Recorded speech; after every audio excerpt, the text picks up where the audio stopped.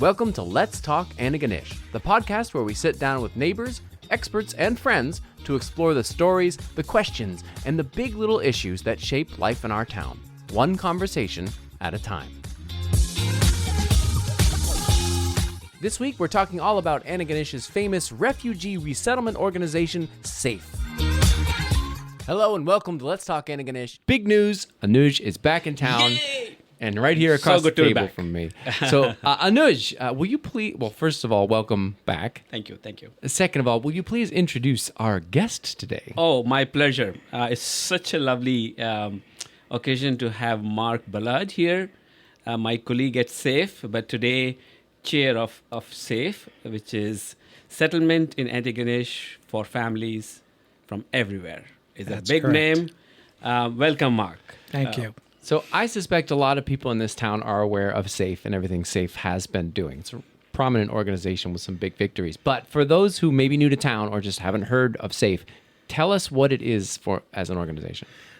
Well, we can try and keep it simple. It's been 10 years, so it is a refugee settlement organization combined with relationships with IRCC, that's Immigration, Refugees, and Citizenship Canada, as well as local groups that want to sponsor refugees who are the most vulnerable into Canada. It started out with Syrian refugees only. I mean, the name has been changed recently. Is that right? Yes, that's correct. In 2015, when the Syrian crisis was at its peak, a small group of people got together and started SAFE. I joined not long after that, and we've changed the name to Families from Everywhere because we've branched out to many other nationalities and countries to take refugees in from those places as well. Right. So you're looking for, at the moment, refugees, and there are lots of spots across the planet where you could find refugees. How do you go about finding people? Yeah, you're right. There's 43 million displaced people in the world right now. Canada accepts right now about 13,500. So we find people through private sponsorship. So that means families that are here already, they may want to sponsor a family member, or we can go to IRCC. There's a list of most vulnerable, and we don't know much about those people. We know the makeup of the family, maybe their languages, etc. But we can choose from that list as well to bring people into Canada. So, Anuj, I'm asking all the questions. You got to get back into this. No, I will. Carry on. Oh, okay. Yeah. So how did it get started? Whose idea was this, and how did you come on board? Well, it was Lucille Harper was the first chair, and the group was quite small at that time, and they went down the road of sponsoring one family. They thought, let's make a difference here, and that's where it started. Myself. I was, I don't know if you call it fortunate, but off I went with my wife Mary to Greece, to a refugee camp in Greece with another nurse from Dartmouth. And we were there for a while at a camp. It was a real, life-changing situation. And when we came back, we said, you can do a lot here as well as what you can do overseas. So we said, let's join up with SAFE and see what we can do here. To sustain an interest in this subject for 10 years is not easy. It's a lot of hard work, and I know this personally, being a colleague of yours at SAFE. Give us a SAFE in numbers. What has it done in last 10 years? How have you who all have supported SAFE? Mm-hmm. Well, it's pretty broad now. I mean, the community has supported SAFE. We wouldn't be here without support from the community. And we also work with groups in Inverness County as well as in Pictou County. So we're regional in nature.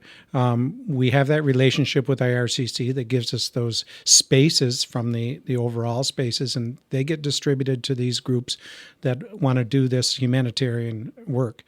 I think that answers your question. Yeah, but so how many people have you brought in the last 10 years? It's been, we're about 180 right now, 180 souls, yeah. Wow.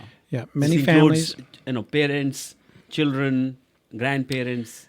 everyone. That's correct. Yeah. So from, it started with Syria, then it was Afghan refugees, also some folks from Congo, et cetera. So we're branching out where we can. Yeah. And I believe we have people from Rwanda, from South Sudan, and other countries as well. Okay. Well, it's broad, and the groups in Pictou County Safe Harbors, and Cairn, as well as Family Reunification in Inverness. They also have people from other countries. So what does it mean in practice to sponsor a family? So you need to raise money, I assume, to buy their plane ticket. And then when they're here, they need a place to live. They probably need like items and clothing, and they need to learn English. If they don't speak English, they need a job. They need someone to guide them culturally through all the applications, how school works. How is that being arranged, and who's taking care of that? Well, it's a working board that we have. Varies from 8 to now we have 11 people on the board, plus a large group of volunteers that step in when needed. So it's quite challenging. Housing, English language training, employment, getting kids associated with schools, health issues that have to be resolved. So there is, a number of things that have to take place. And of course, we've refined them with our experience over the 10 years, but it's never as easy as it sounds. I can tell you that. Yeah, that's volunteers mostly? It's completely volunteer driven. We have no overhead at all, really, except maybe the odd printer cartridge and some paper. Yeah, I did look through your financial report for last year, because I like to do these sorts of things. And your overhead is miraculously small for administration. So it seems like it's all volunteer led at the administrative level. Volunteer led, and of course, community support. East Coast Credit Union supplies their boardroom there. We use Appleseed Court sometimes, affordable housing up there. So we use these organizations to help us do what we do. And so the money, it seems to come through donations, and there's also a line for income on sponsorships. Is that also donations? Are you getting any grant money, or is this just literally people handing money to the organization? We've had a couple of small grants for small projects over the 10 years, but really the bulk of it is money raised through the community. And we'll be doing quite a bit of that. Some businesses may be listening. We've started a campaign for the 10th anniversary. So we're going to try and do a match funding program for that. That helps us to bring in what's called a blended visa office, refugees, which the ones I talked about that have no relations here in Canada. And they're the most vulnerable as per the UN and IRCC. But also there's a stream of private sponsorship. So that's where a family says, I'd like to sponsor my sister, my brother from back home, and they have to raise the funds to do that. All right. So, as in somebody who doesn't necessarily pays attention to, who those refugees are, how are they similar or different from any newcomer in Antigonish? Can you make a difference between these are refugees and these are just newcomers, or how would as a community person, how would I know whom are you bringing? Well, you can look at it in different ways, but immigration in Canada is a broad spectrum. Right. Our spectrum is quite narrow as a refugee organization, refugee sponsorship. There's Ukrainian families that have come recently, and they are not designated refugees. Absolutely not. So it's quite a different process for them, and it's.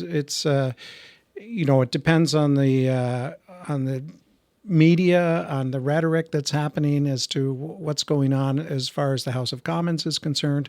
But at present, we see the 13,500 for the whole country. There's 140 organizations like ourselves across the country, and that number is declining somewhat. So we are seeing changes, and I mean, we all know the rhetoric that's out there is around immigrants, but we have to remember that we're all immigrants unless we're First Nations. So we've all come here, either as an economic immigrant or maybe religious persecution or war, displacement, whatever. I mean, we've seen waves over the years. We can recall, Dutch waves here, Scottish waves here, Irish waves here of immigrants. And this is just a continuation of that humanitarian effort. So when I think of a refugee versus another form of immigrant, in some situations, you're fleeing somewhere and you need to go somewhere safe. And Canada might not have been your number one first choice. So it's not like you've been preparing to move to Canada your whole life by learning English, or you have an interest in the customs. So perhaps there's a difference in that. So talk to me about. There's a family that comes here. They're excited to be here, surely, but maybe Canada wasn't in the top of their mind in places they want to go. They have a bit of a steeper climb than other sorts of immigrants. Is that the case? And how well do they thrive? And what problems might they be facing? Well, you're right. As a refugee who's registered with UNHCR, which is the organization through the UN that looks after refugees. They are typically in such a state that they will go anywhere. You and I would not want to live in refugee camps. We wouldn't want to live in a half bombed out apartment building or something like that with limited food and water, electricity, et cetera, et cetera. So in many cases, once we choose the BVOR families that come off of that list, they have no idea. Some of them have no idea where they're actually going to until someone comes and tells them you're going to go to Canada. They know very little about Canada. They don't know what it's like here. Let alone Antigonish. Let alone Antigonish, that's right. And as long as if they're coming from warmer climes, obviously, if they come in February, it's a bit of a learning curve. If they come in the summer, it's not so bad. Yeah. It's a little less challenging. But I mean, the cultural integration is a huge challenge in many cases, and we have to work through that as a team and as a community. It strikes me as bizarre that there are so many success stories of refugees coming here in these conditions. They haven't chosen Antigonish necessarily, and they have created businesses or just been extremely successful members. Like the Haddad family is one of these success stories, but there are many others. And it seems bizarre to me that there's so much success here. Two questions. Why are they so successful? Does it have something to do with our town? And are there others that are not necessarily succeeding and struggling? And if so, why? It's, I think when most refugees... if I back up a little bit. So refugees are very resilient. There's no doubt about it. You and I would be in the same boat. If we were in these situations, we would be looking at every opportunity to better our lives for ourselves and our children and our families, our extended families. So I find that, many refugees come with an entrepreneurial spirit. We don't necessarily have all the tools in our community or in this province to support that entrepreneurial spirit. We've seen some struggle. We've seen some do okay. It depends on the background. It depends how quickly you can adapt to language. If you have no English language, it's more difficult. But I think it's a real difference. I mean, there are people like anybody else, or people like anybody here, but there are success stories, and they do want to be successful. They want to contribute to Canada. We've accepted them, and they've come here with a drive to be successful. Yeah, and I guess, just to kind of quickly add to, if I may jump in, now we have a mosque on Main Street in Antigonish. Yeah, that's right. And these are people who really want to come and invest in the community and be part of the community. And that's in some ways part of the cultural social success, if I may say so, that we often don't look at. Yeah. And as a result of that shift, by and large, our community has been extremely welcoming and supportive of refugees at large. Yeah. Partly because of SAFE, but partly because who we are.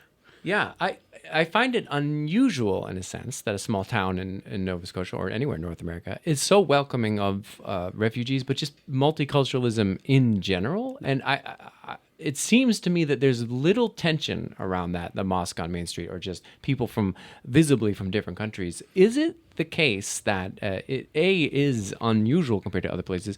Or have you seen cases where people are less welcoming, and has this been an issue that you've seen or is growing or is declining?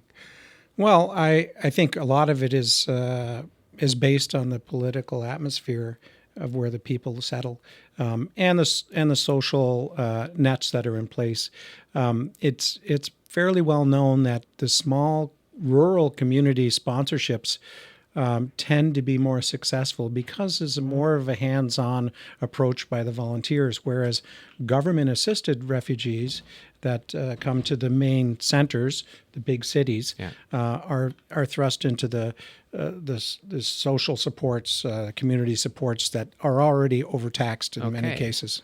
Okay, so the smallness of the community is part of the success. I believe so. And, Yes. and something to do with our mentality, the Antigonish movement, the Cody things. This is something about it extra welcoming here. Would you say? I would say so. I don't think people of color are anything odd in Antigonish. It's because of the Cody and because of Saint FX. So that does help. Yeah, that's my impression. Yeah, and also I think the so-called community leadership, both positional and otherwise, has been very aware of the issue. They engage in this issue. They are, and that really helps. And I think probably Mark is not giving SAFE enough credit of amount of conversation and education that has happened in the last 10 years because of the presence of SAFE.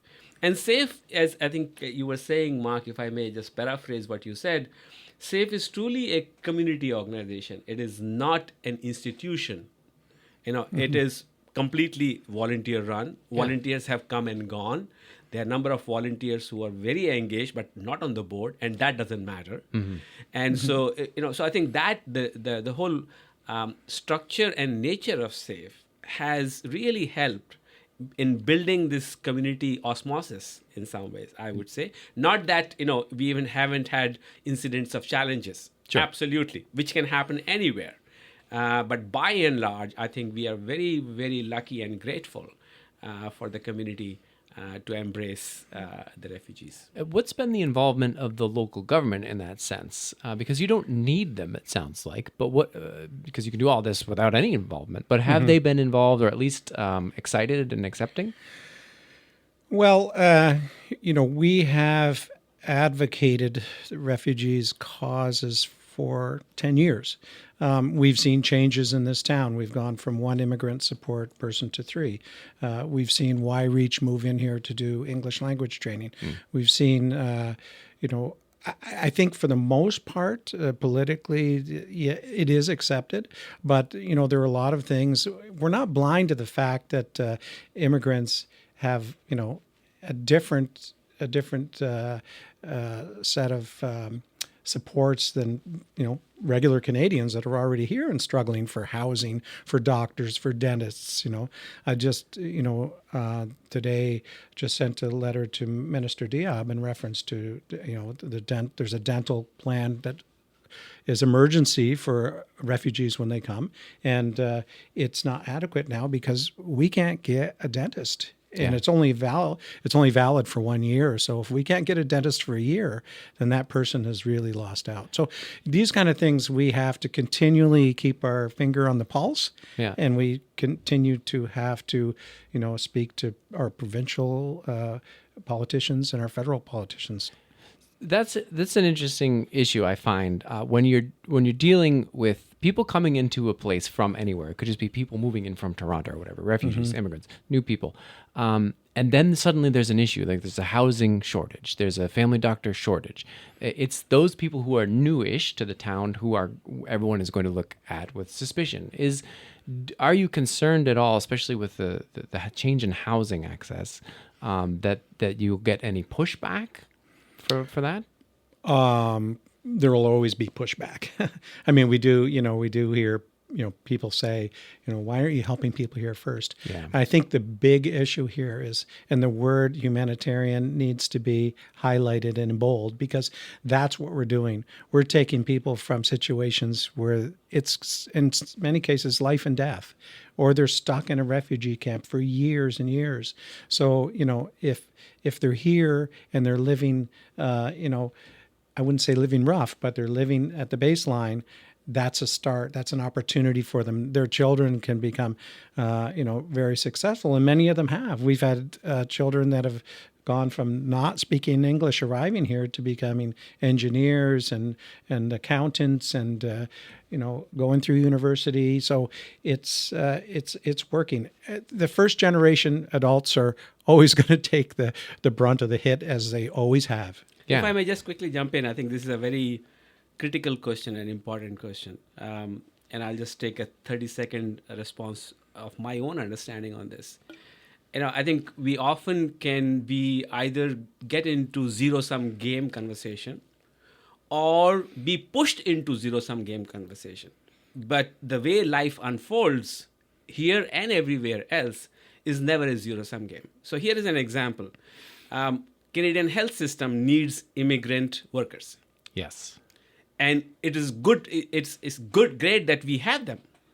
It's a strength in the whole system, and it's a policy level, right? And yet you can't say, okay, you have the worker but not the culture, or not the religion. Yeah. So the zero sum game idea in your mind, we have, for the lack of better example, we have Peace by Chocolate that employs regularly, a full-time basis, 20 to 25 people. It is creating employment and economy here. So, and yet you have other people who might not be looking for jobs, right?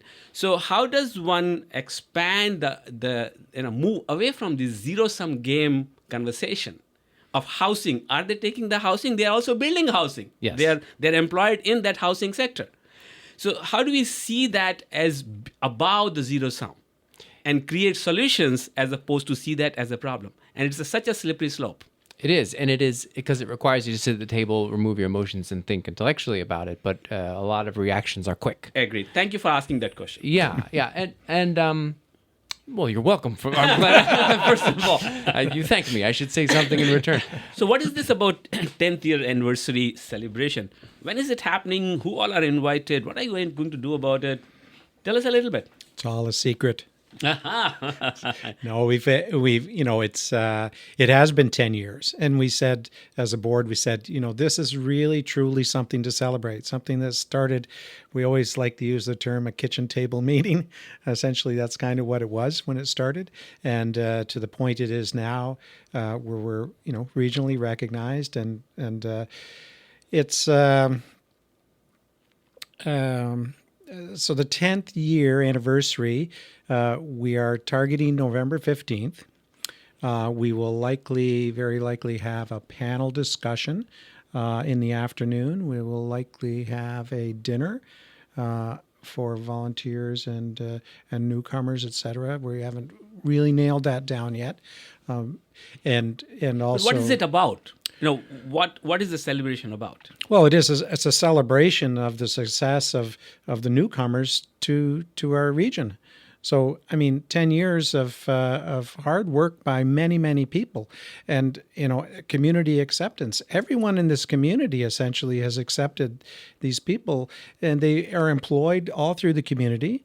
So there's I'm sure there's a lot of support behind businesses because these people, immigrants, have come into our community to help support it. We've seen the healthcare plan in New Glasgow.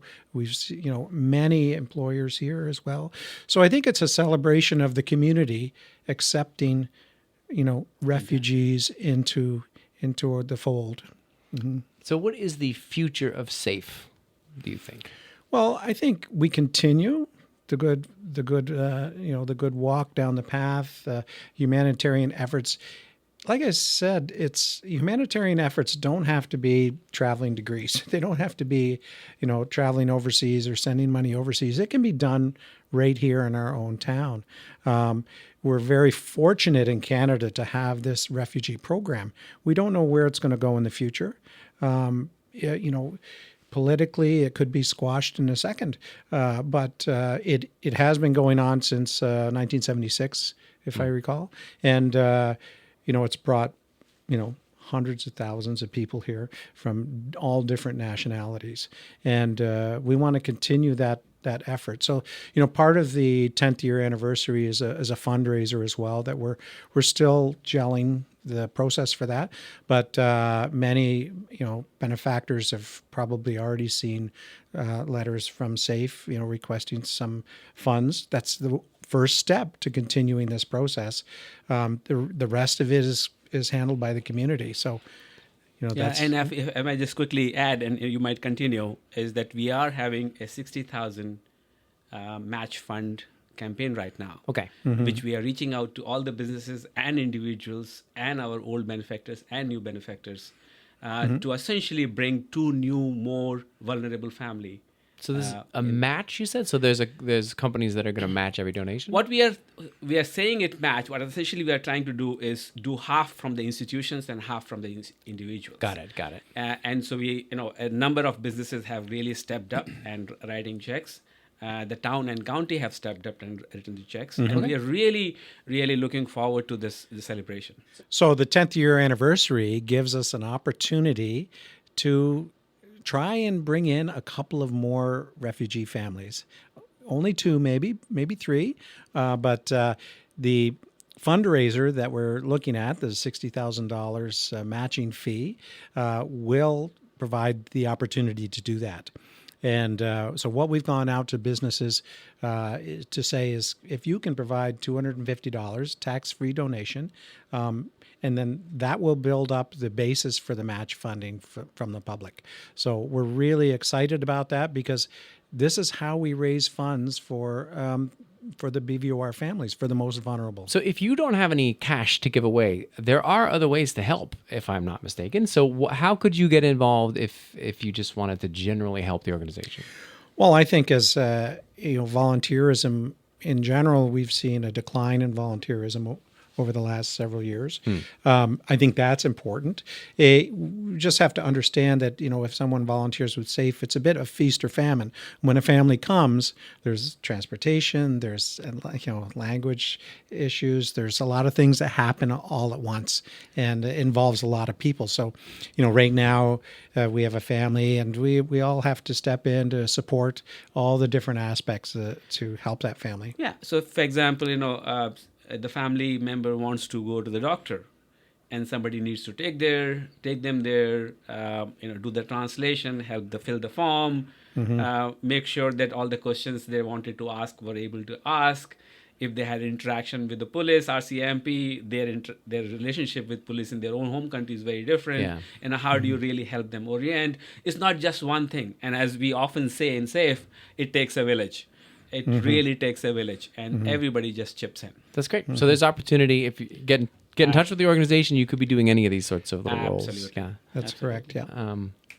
That's great. I mean, I have no more questions. I feel like we covered everything. Is there anything about SAFE that we haven't talked about that you're like, oh, I wish people knew this about the organization? I don't think so. I think we've covered quite a bit. I think that we need to keep SAFE alive in this community and for the region itself. We do support, like I said, New Glasgow and Cape Breton a bit. We'd like to expand as well. We are the only regional settlement agreement holder in the province. There are only 4, I think, existing right now. We're the one that's outside of HRM. So they've kind of gotten smaller because of there's a lot of administrative work that has to take place, and it's changed over the past 10 years. It's become more and more onerous. But we continue the good fight, and we're going to continue into the future. Fantastic. Anush, amazing. We did it. You're back. I'm so lucky to be back. Thank you. Well, welcome back. And Mark, thank you so much for coming in to talk to us. Thank you, You're Mark. welcome. Appreciate it. Okay, take care. Bye. Bye-bye. Thank you for listening to Let's Talk Antigonish. If you like the podcast, don't hesitate to subscribe. Just go to letstalkantigonish.ca and click. Voila! You'll receive new episodes right in your email inbox. This podcast is a labor of love. Please consider making a contribution, small or large, maybe a monthly subscription. Depending on the level of public support, we would like to engage local producers and journalists to create more regular deep dive news stories about life here in Antigonish. Right now, it's just Anuj and I doing this in our free time. You can read all about the podcast and ways to support us at letstalkantigonish.ca. And if you're a local business that wants to sponsor the podcast or even place an audio ad, we are certainly not opposed. A huge thank you to all of our subscribers and especially our paid subscribers, which have helped us to buy the audio equipment that we needed to get this thing off the ground. And remember to get in touch with us if you have an idea for a future episode or a burning question about life in Antigonish that you want us to explore and get answers to. We welcome all feedback. Just email us at letstalkantigonish@gmail.com. Let's talk, Antigonish.